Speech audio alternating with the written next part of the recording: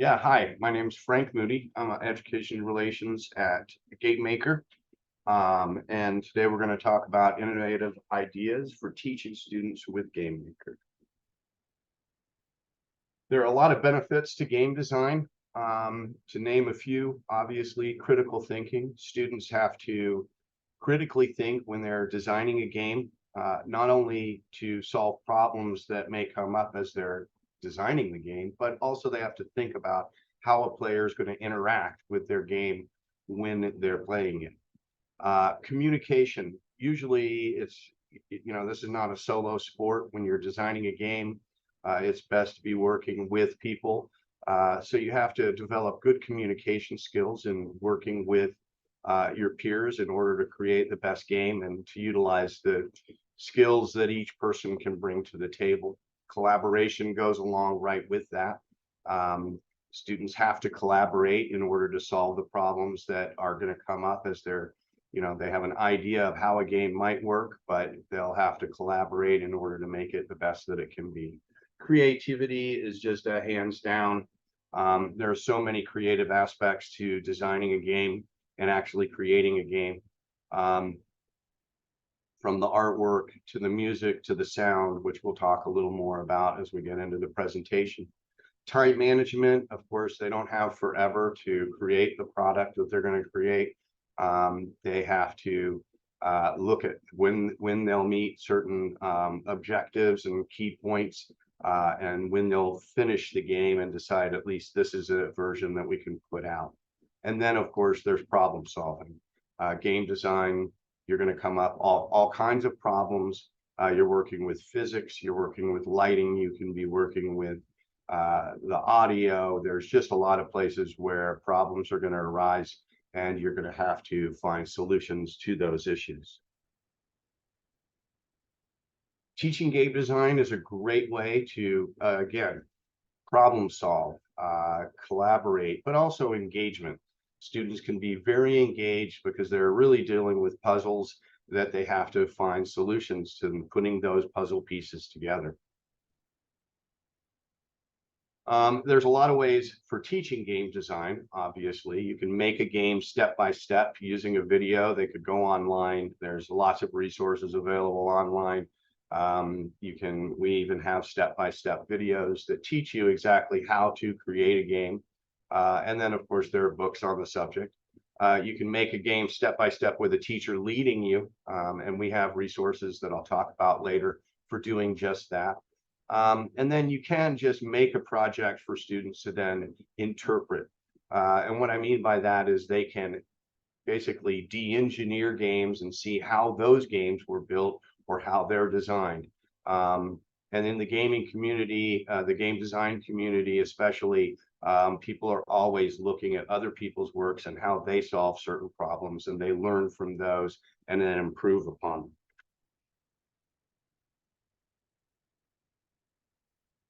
them. Sorry about that. So game design and computer science, this is the most traditional way I think we look at game design, in that when they're designing games, they're getting exposure to computer thinking, to the way that the logic that goes into programming. And we have designed most of our things to meet the Computer Science Teachers Association. We've targeted at level 2 and 3 standards, especially in our beginner tutorials, which are basically building a game that are then targeted at learning the skills, mainly algorithms and programming. And as we look at those algorithms and programming, students are getting an exposure to a different way of thinking than that of maybe English or even just pure math skills. And they also get to see what the impacts of computer science are in today's world. Game design can also be used in the humanities. And the reason for that is that when you're designing a game, you're not just programming it or doing the engineering skills, but you have to create game resources. Excuse me. And these all are involved in art. And at least in our game engine, it's a lot of manipulation and movement of pixel art. And pixel art is the basics of digital art. And a lot of our students in schools today are learning these basic designs so they understand how images are portrayed on a computer screen. So the ability for them to learn a little bit about pixel art and create pixel art and then take that pixel art, animate it in movement is a very important skill that I think game design can help with, even in the art discipline. Music is another big thing. Music resources are what bring games to life. The ability to hear a special effect or even music that sets the mood or as an emotional motivator that you know something is about to happen. It can build the drama in a game, making the game much more enjoyable. Um, you know, if you turn the volume off on some games, it probably wouldn't be as fun to play. But there are other areas that I think those are the easy ones. There are other areas. History is one of them. Students can create a video game based on historical events or a time period, or get to know who the characters were in ancient Rome. And by interacting and deciding what those characters would say, how they're going to interact with other characters or the person playing the game, they're learning a lot about the historical event and they're putting it in an engaging place. Excuse me. Students' historical interpretations, their narratives, they have to make critical choices on what they're looking at in terms of the history that they're studying. And it can reinforce cultural empathy, in which they have to really understand what those historical events and time periods meant to the people who were in them. Language is another place I think game design can really be utilized. By in game design, you can create dialogues between different characters, and in the creation of those dialogues, you could be using a second language. This reinforces the communication skills, and the branching scenarios allow you to have a multiple of answers and questions that the player themselves can move across. It also, again, reinforces that cultural empathy because you're going to have to look at the character and what they're saying and understand where they're saying it from. A little bit about GameMaker. GameMaker was developed in 1999 for education by Professor Mark Overmars. It is an easy to learn 2D game making tool. It has both a visual and code languages available in it. So you can program and create your game in either a visual language, and I'll show you an example of that in a few moments, or you can be doing just the pure code, which is GameMaker language. We also have free educator resources, which we have redone some of those resources, and I'll show you a little tidbit of that in a little bit. We have about 1,700 new users sign up every day. So we have a large gaming community and a very inclusive community.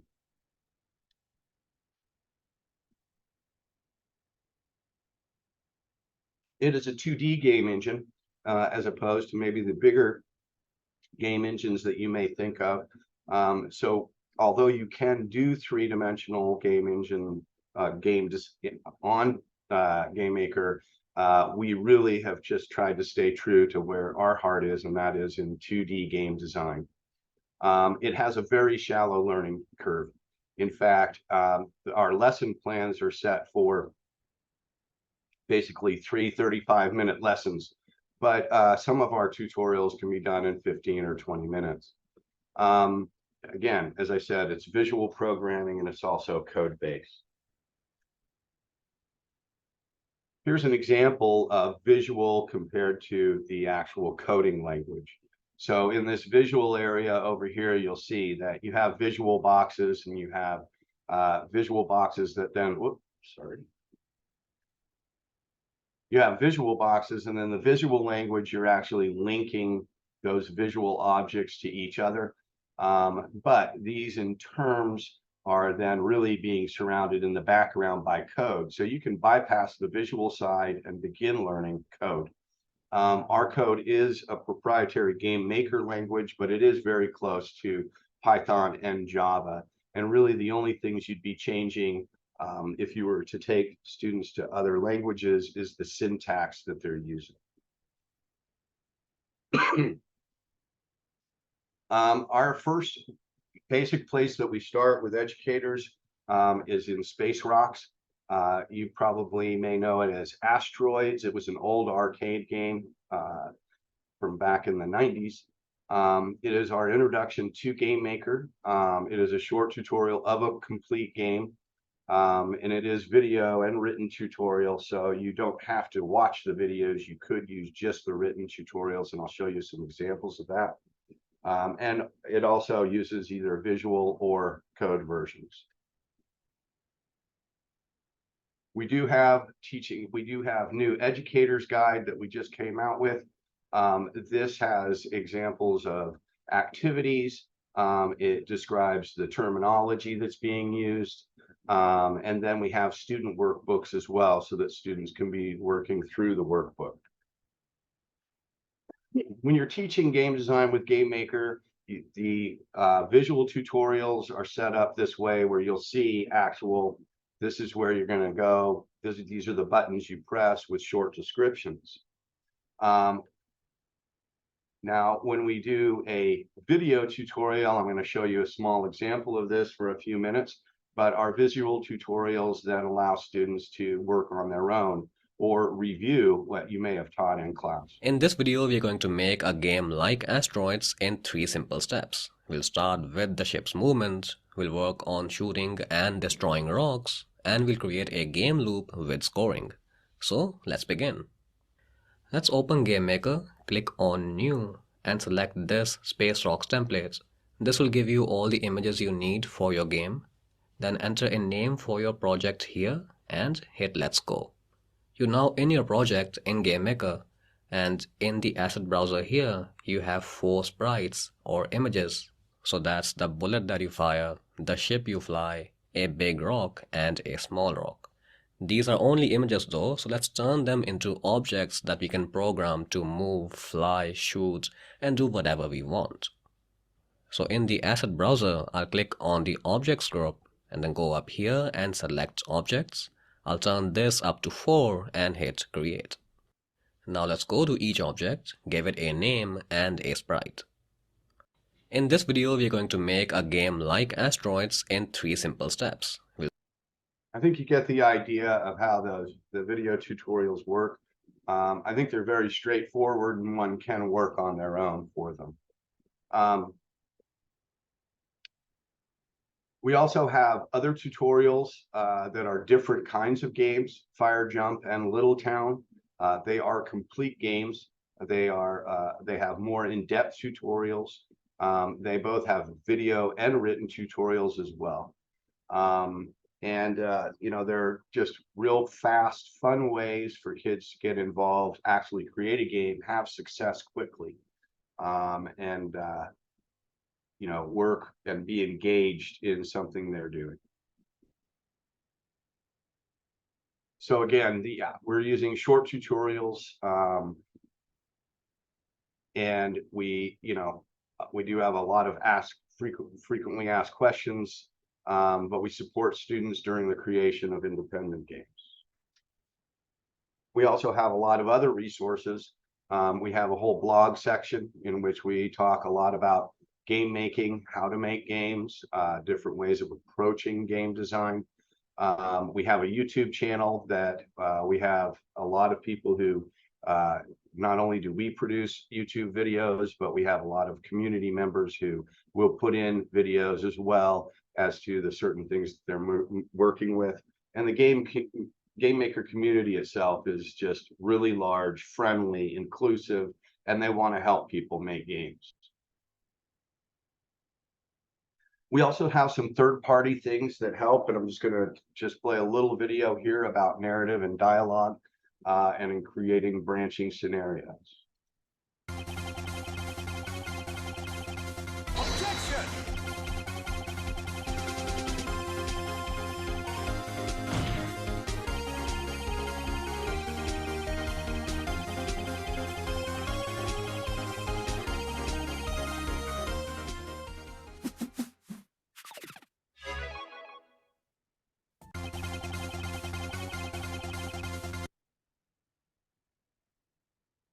So I want to talk a little bit now about our new educator materials. Again, we've designed these in Canva now. They're available for the teacher.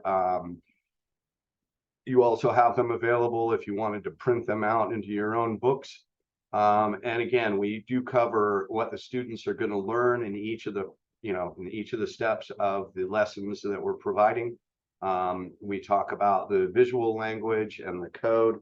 We also talk about helpful teaching resources. We cover concepts, we cover vocabulary, and then we also have now some activities that the students can do in terms of matching or finding activities that are outside of just working on the computer all of the time.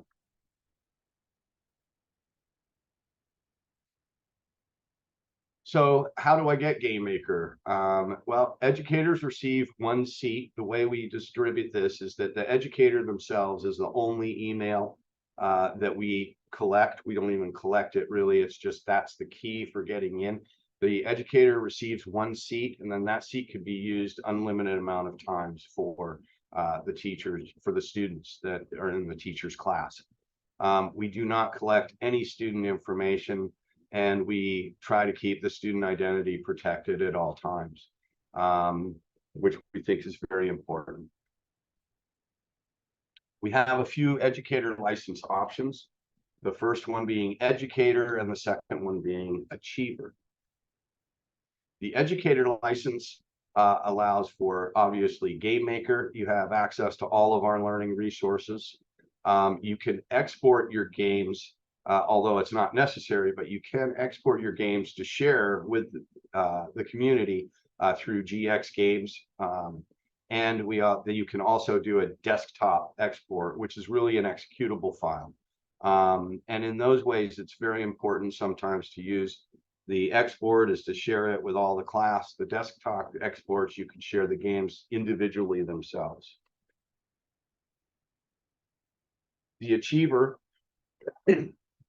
license allows you obviously to have GameMaker. You'll have all the learning resources. You have GX Games export as well as the desktop exports. But you also are able to export directly to the web, to mobile, or you can export to consoles like PlayStation and Xbox. So the Achiever obviously is the highest end. And for next steps, you should keep an eye out for a follow-up email from Christy. She will include a recording of this webinar and additional information. If you would like more information or have questions, or you would like to request a quote, you can speak with your educational representative at Studica, and they're going to be happy to assist you. And this, of course, will be included. Great. Thank you so much, Frank. Thank you, everyone, for joining us. And like Frank said, I will be sending out a follow-up email in a few days. So if you have any questions, feel free to respond to me and we will get those answered for you. Thank you, everyone, and have a great day.